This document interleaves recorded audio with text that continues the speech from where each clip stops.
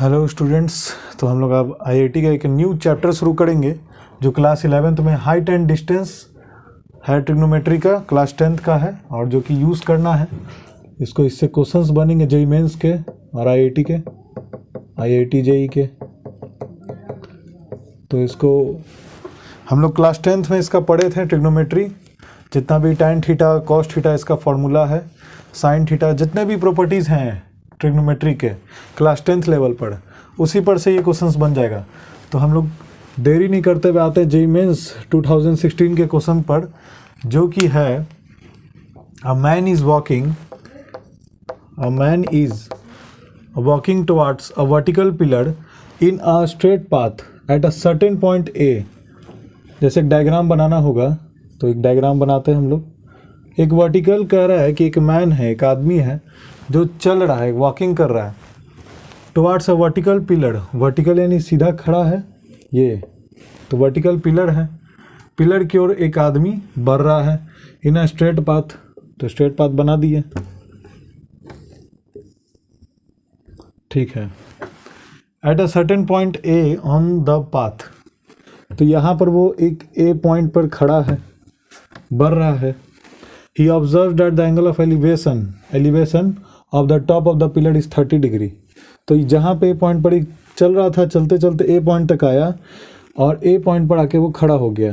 तो उस पर फिर वो पिलर को देखता है तो उसका एंगल ऑफ एलिवेशन दे दिया 30 डिग्री। ये समझ में आया कि नहीं? यानी ए पॉइंट पर आप खड़े हो और क्या देख रहे हो, ऊपर टॉप, पिलर के टॉप में देख रहे हो, उसमें आपका जो एंगल है देखने का, ये अगर आई साइट मान लें, देखने को आई साइट मान लें, यहाँ पे ये आई साइट मान लें, तो ये आपका ग्राउंड से 30 डिग्री ऊपर है। क्लियर हो गया? ठीक है, ये 90 डिग्री होगा, इसमें कोई कंफ्यूजन नहीं होना चाहिए। तो B and C, A B C, after walking for 10 minutes from A in the same direction at point B. अब आप यहाँ पर खड़े हो, फिर 10 मिनट आगे चले, बी पॉइंट पर आ गए 10 मिनट। तो डिस्टेंस का हम फॉर्मूला यहाँ पे लिख रहे हैं, distance equal to speed into time. अब ये क्यों लिखे हैं, यहाँ पे क्या इस्तेमाल है? तो यहाँ पे हमको गिवन क्या है, स्पीड जो कि 10 मिनट है, टाइम गिवन नहीं है, डिस्टेंस गिवन नहीं है। तो टाइम और डिस्टेंस हमको क्या फाइंड करना है? डिस्टेंस कि ए से बी, आप ए पॉइंट पर खड़े थे, फिर बी पॉइंट पर चले गए, लेकिन वक्त कितना लग रहा है? 10 मिनट्स। स्पीड नहीं दिया है, टाइम दिया है, ठीक है। हमको डिस्टेंस देना है, डिस्टेंस पता करना है। तो कैसे होगा? तो डिस्टेंस सिंपल होगा कि डिस्टेंस बराबर स्पीड इनटू टाइम। तो लेट द स्पीड नहीं मालूम, लेट भी बी द स्पीड। यूनिफॉर्म है, यूनिफॉर्म वेलोसिटी होगा v, एक्सेलरेशन नहीं होगा। तो छोटा छोटा लिखते हैं यहाँ पे, लेट भी बी द वेलोसिटी ऑफ, किसका वेलोसिटी है v? देख के बताइए। ए पॉइंट का है, यानी कि मैन का है, velocity of the man. Simple है। क्या हो जाएगा? डिस्टेंस वो कितना तय करेगा? तो ए बी का डिस्टेंस बताइए। स्पीड इनटू टाइम हो जाएगा, स्पीड इनटू टाइम हो जाएगा। स्पीड कितना होगा? v, स्पीड कांस्टेंट है इसीलिए v होगा। ए टू सी या ए टू बी, स्पीड वही है, कांस्टेंट है। टाइम का क्या है? टाइम दिया है 10 मिनट्स, 10 मिनट, ठीक है। तो ये 10 भी हो गया, 10 भी मिनट हो गया। क्लियर? 10 भी मिनट, तो यहाँ पे लिख देंगे 10 भी मिनट, मिनट में ही रखेंगे उसको यहाँ पे, क्योंकि आंसर में दिया हुआ है। पूरा पढ़ लेते हैं। He observe that the angle of elevation of the top of the pillar is 60 degree. जो बी पॉइंट पे गया, बी पॉइंट तो अच्छा यूज़ हो गया ना, ए बी सी डी यहाँ पे लिख देते हैं। तो बी पॉइंट पर गया तो इसका एंगल ऑफ एलिवेशन 60 डिग्री हो गया। ऑब्वियस की बात है कि 60 डिग्री ही होगा। आप जैसे जैसे पास जाइएगा, ये 90 डिग्री है, ये 60 डिग्री, और दूर जाएगा 30, फिर और दूर जाने पर 15 10 आएगा। Then time taken in minutes, इसमें फोकस करना है कि हम समय ना बर्बाद हो जाए, टाइम वेस्ट ना हो जाए कि टाइम दिया है मिनट में, हम सेकंड में कर दिए हैं, फिर उसको डिवाइड कर रहे हैं, मल्टीप्लाई कर रहे हैं, ये सब नहीं करना है, आवर में चेंज कर रहे हैं। यहाँ पहले पूरा क्वेश्चन पढ़ेंगे और देखेंगे कि मिनट में मांग रहा है, तो मिनट में ही छोड़ देंगे। By him from B to reach the pillar, ठीक है। सिंपल क्वेश्चन क्या पूछ रहा है कि time taken by him from B to reach the pillar. अब बी टू सी निकालना है आपको, क्वेश्चन इसी में है, बी टू सी का आंसर निकालना है। तो इसको अब बनाते हैं। ओके, 10 भी मिनट्स, इक्वेशन नंबर 1। अब हम लोग ट्रिग्नोमेट्री पढ़े हैं, तो क्या होता था साइन थीटा, याद है तो, परपेंडिकुलर बाई हाइपोटेनस। कौन होगा परपेंडिकुलर, हाइपोटेनस कौन होगा, और बेस कौन होगा, ये बेस है, बी पॉइंट नहीं है, बेस है, ऐसे करके दिखा दिए। Cos theta base by hypotenuse, और इसी का कॉसेक 1 बाई कॉसेक थीटा हो जाएगा, रिवीजन के लिए 1 बाई सेक थीटा हो गया। और टैन थीटा कैसे होगा, वही sine theta by cos theta अपना, perpendicular by base 1 by cot theta. फिर आइडेंटिटीज आ गया, प्रॉपर्टीज आता है, जो भी इसका सब बाद में देखेंगे, उतना काम नहीं पड़ेगा। अभी टैन थीटा है, तो इन ट्रायंगल ऐसे लिखेंगे। एग्जाम में ऐसे करके आप बना रहे हैं तो बिल्कुल गलत नहीं होगा, लेकिन शॉर्टकट में हो सकता है कि आपका गलत हो जाए। आप मिनट में यहाँ पे सेकंड दे दे, आप मिनट में आंसर ला के आप उसमें लिख दो, ये भी गलत हो सकता है। तो मैंने ऑप्शन नहीं दिया, डायरेक्ट हम लोग बनाते हैं। तो इन ट्रायंगल कौन सा है, देखिए ए डी सी में चलते हैं। A D C tan 30 degree होगा, ए डी सी में 30 डिग्री है, ए डी सी, ये बी सी डी को भूल जाइए, ए डी सी पे ध्यान दीजिए। 30 degree tan 30 perpendicular by base, तो पी पर क्या है, पी पॉइंट जो परपेंडिकुलर, उसका डिस्टेंस हम लोग मान लेते हैं हाइट का h। तो कुछ यहाँ पे लफड़ा हो सकता है, इसके लिए इसको मिटा रहे हैं। प्रॉब्लम यहाँ पे ये हो जाएगा कि हाइपोटेनस हम h डिनोट किए हुए हैं, और हाइट जो h है तो स्मॉल h मान लेते हैं। तो height h, p by B, base, अब बेस बी सी होगा कि ए सी होगा, ए सी होगा, h by A C. tan 30 का फॉर्मूला क्या होगा, 1 बाई रूट 3, tan 45 का 1 और tan 60 का रूट 3। इसमें कंफ्यूज नहीं करना है, यहाँ पे गलत हो गया तो फिर सही नहीं हो सकता है। तो h बाई ए सी आ गया। ओके, अब इसको बस क्रॉस मल्टीप्लिकेशन करना है, और ए सी का यहाँ पे लिखते हैं। ए सी का कितना आ रहा है, h root 3, h into root 3। अब ए सी कहाँ है, ए सी यहाँ पर है, इतना दूर पर है। इक्वेशन नंबर 2 आएगा अभी। अब इसके बाद इन ट्रायंगल, अब दूसरा ट्रायंगल कौन दिख रहा है, बी सी डी, तो बी सी डी। अब एक और कंफ्यूजन रहता है कि ए सी डी या डी सी ए लिखें, कुछ नहीं होगा, कैसे भी करके आप लिख सकते हो, कोई इसमें रूल नहीं है, क्योंकि आप एंगल नहीं लिख रहे हो। अगर आप एंगल लिखोगे, अगर हमको लिखना है कि एंगल जो 30 डिग्री है, तो हमको लिखना होगा डी ए सी 30 डिग्री है, लेकिन ट्रायंगल बनाएंगे तो कैसे भी आप लिख सकते हैं।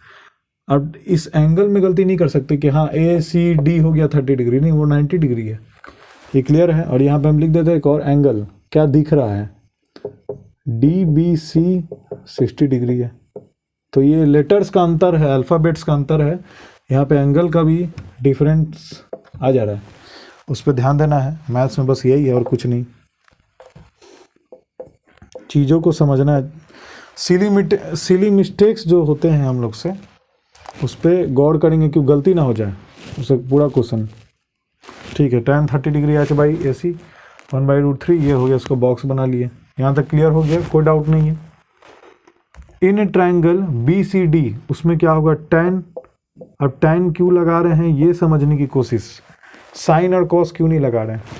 tan इसलिए लगा रहे हैं क्योंकि हमको ये निकालना है, x ले लेते हैं, इसको x को निकालना तो ये बेस है, और हाइपोटेनस निकालना, ये परपेंडिकुलर है और ये बेस है। हाइपोटेनस से तो काम भी नहीं है, इसका डिस्टेंस के बारे में कुछ नहीं बताया, तो उसको नहीं लेंगे। इसीलिए tan थीटा जो इसमें फेमस है।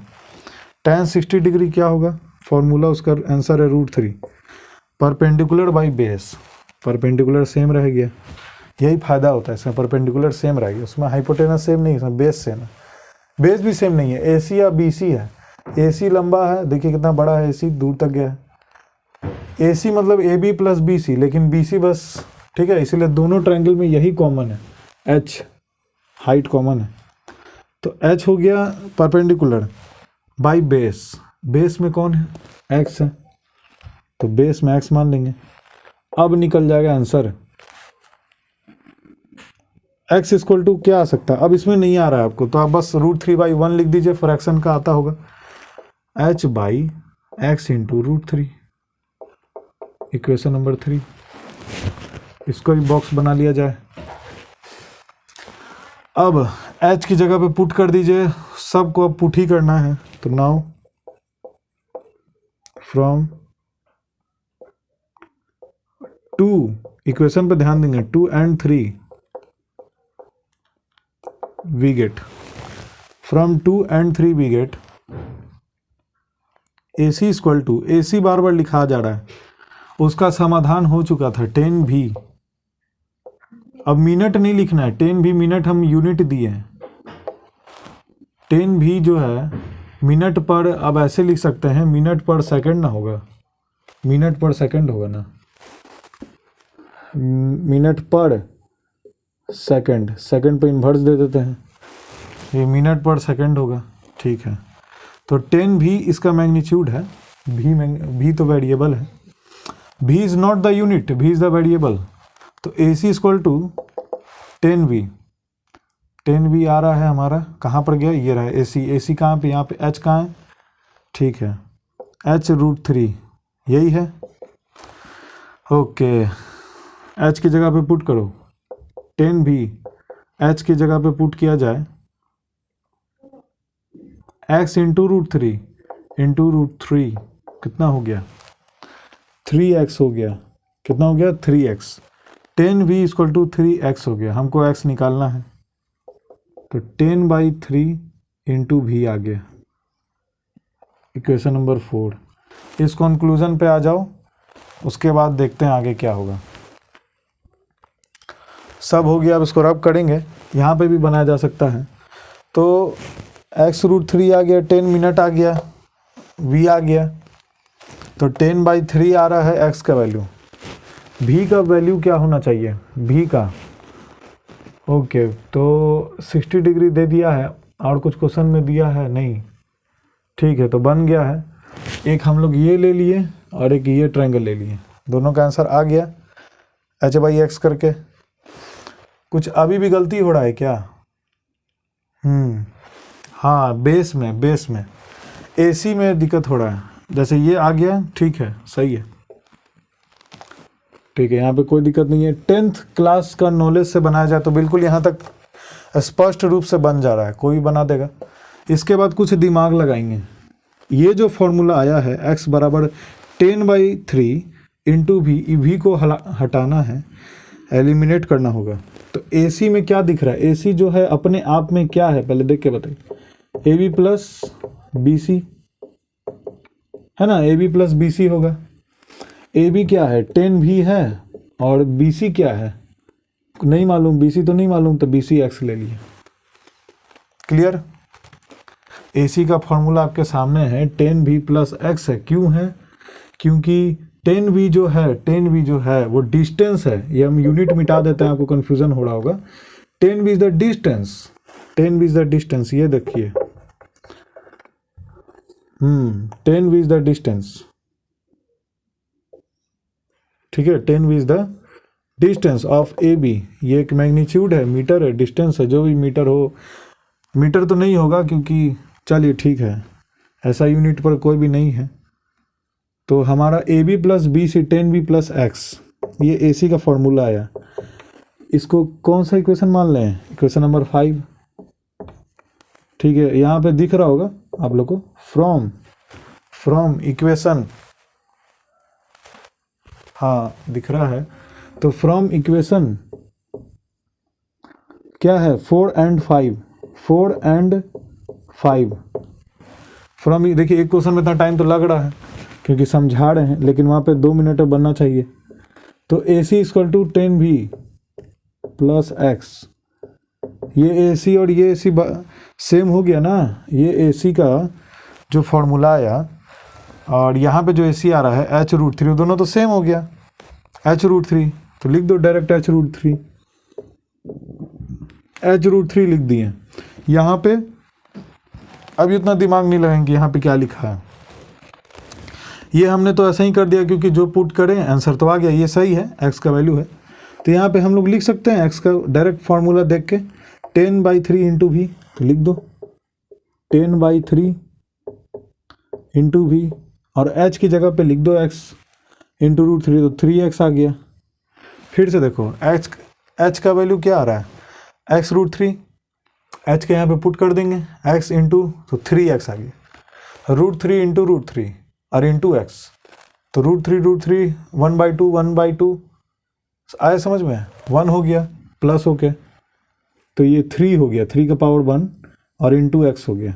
ठीक है, अब यहाँ से एलसीएम लो, 3 आएगा, कुछ नहीं है 3 है, 3 हो गया, 3 से 1 को डिवाइड करो 3 ही आएगा, और 30 भी प्लस, यहाँ पे गलती नहीं होना चाहिए, यहाँ गलती हो गई तो फिर सब गलत हो गया। तो 3 और 3 को फिर डिवाइड करो यहाँ से, और 1 आएगा जो कि आंसर आएगा 10v इक्वल टू 3x। अब देखो 3 उधर भेज दीजिए, कितना हो गया 30 प्लस 10 40v प्लस 9x, यहाँ तक आ गया। कुछ गलत हो रहा है? नहीं, ऐसे भी लिख सकते 3 10 30 ऐसे करके, ठीक है।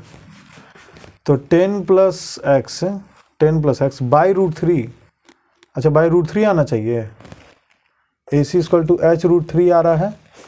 अच्छा h√3 का वैल्यू कितना आ रहा है 1060 का √3, h इक्वल टू, हाँ ठीक है ये सही है। ए सी का वैल्यू 10 भी कहाँ से आ गया ए सी का वैल्यू, अच्छा यहाँ से गलती हो गया, यहाँ पे ए सी के जगह पे 10v प्लस एक्स होगा ना, हाँ अब सही है, यहाँ से ये गलत हो गया, इसको मिटाओ, अब बनाओ, ये हम लोग तो बना दिए एसी का, ठीक है। एसी का ये वाला यहाँ पर है भाई, है ना, फ्रॉम 2 and 3 एसी का वैल्यू आ गया b plus B C 10v plus X, ये वो था, ये छूट गया था x वाला, अब सही है। अब देखना है कि x का वैल्यू क्या आ रहा है, x का वैल्यू हम लोग को नहीं मालूम है ना, x का वैल्यू नहीं मालूम है, तो उसको पुट कर देंगे। तो ए सी बराबर, देखते रहिएगा कैसे बनेगा, h का वैल्यू x इंटू √3, ए सी का वैल्यू 3x आ गया, ए सी का वैल्यू 3x आ गया। अब सिंपल यहाँ पे कुछ नहीं करना है, देखो क्या करना है, 10v प्लस एक्स बराबर 3x, ठीक है, उसे ही करेंगे, देखो कैसे बनेगा, 10v plus X, A B plus B C 10v plus X आ रहा है, 10v प्लस एक्स, ठीक है। और ए सी का वैल्यू टोटल में कितना आ रहा है, 3x क्यों आ रहा है, ए सी का वैल्यू 3x क्यों आ रहा है, 3x नहीं आना चाहिए,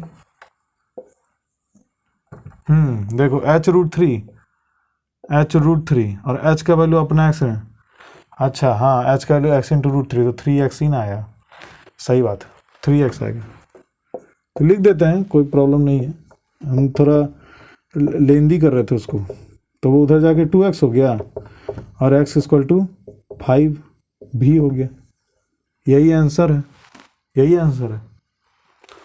5b इज द आंसर। तो 5b नहीं लिखेंगे, भी को आप वहाँ पे 1 मान सकते हो, क्योंकि हो सकता है आप यूनिट हो आपको वेलोसिटी जो यूनिट हो, तो वहाँ पे 5 आ जाएगा आपका, कि टाइम कितना लगा, तो 5 मिनट। अब देखते रहिएगा कैसे, डिस्टेंस आ गया, हम क्यों कर रहे हैं ऐसे यहाँ पे, तो डिस्टेंस आ गया आपका 5v आपका डिस्टेंस आ रहा है, स्पीड था v, टाइम था t, b से b का टाइम आ गया 5 मिनट, सिंपल है अपने आँख के सामने 5 मिनट। तो ये था ये आंसर का सॉल्यूशन। हम लोग इस क्वेश्चन में हर तरीके से देख लिए कि कैसे कैसे बनेगा। जैसे AC को लिखने का अगर 10 भी लिख दिए तो कैसे आंसर आएगा, नहीं आया आंसर, छोटा आ गया। 10b प्लस x लिख देंगे यहाँ पर तो उसके बदले में वहाँ पे क्या होगा, 3x क्यों होगा, क्योंकि AC का h√3 जो कि tan लगाना बहुत ज़रूरी है। ये भी देखे गया है, हम लोग देख लिए कि tan अगर नहीं लगा तो ये 10b प्लस x आके हम लोग रुक जाएंगे। अब यहाँ से इसको इक्वेट करना होगा 3x। देखिए डायरेक्ट इसका 3x जो आ जा रहा है, tan के एंगल से कितना आसानी से 3x आ गया कट के, वो x का वैल्यू आ गया 5b, डिस्टेंस है। उसको नोट कीजिए, कंप्लीट हो गया। नेक्स्ट क्वेश्चन बढ़ते हैं हम लोग।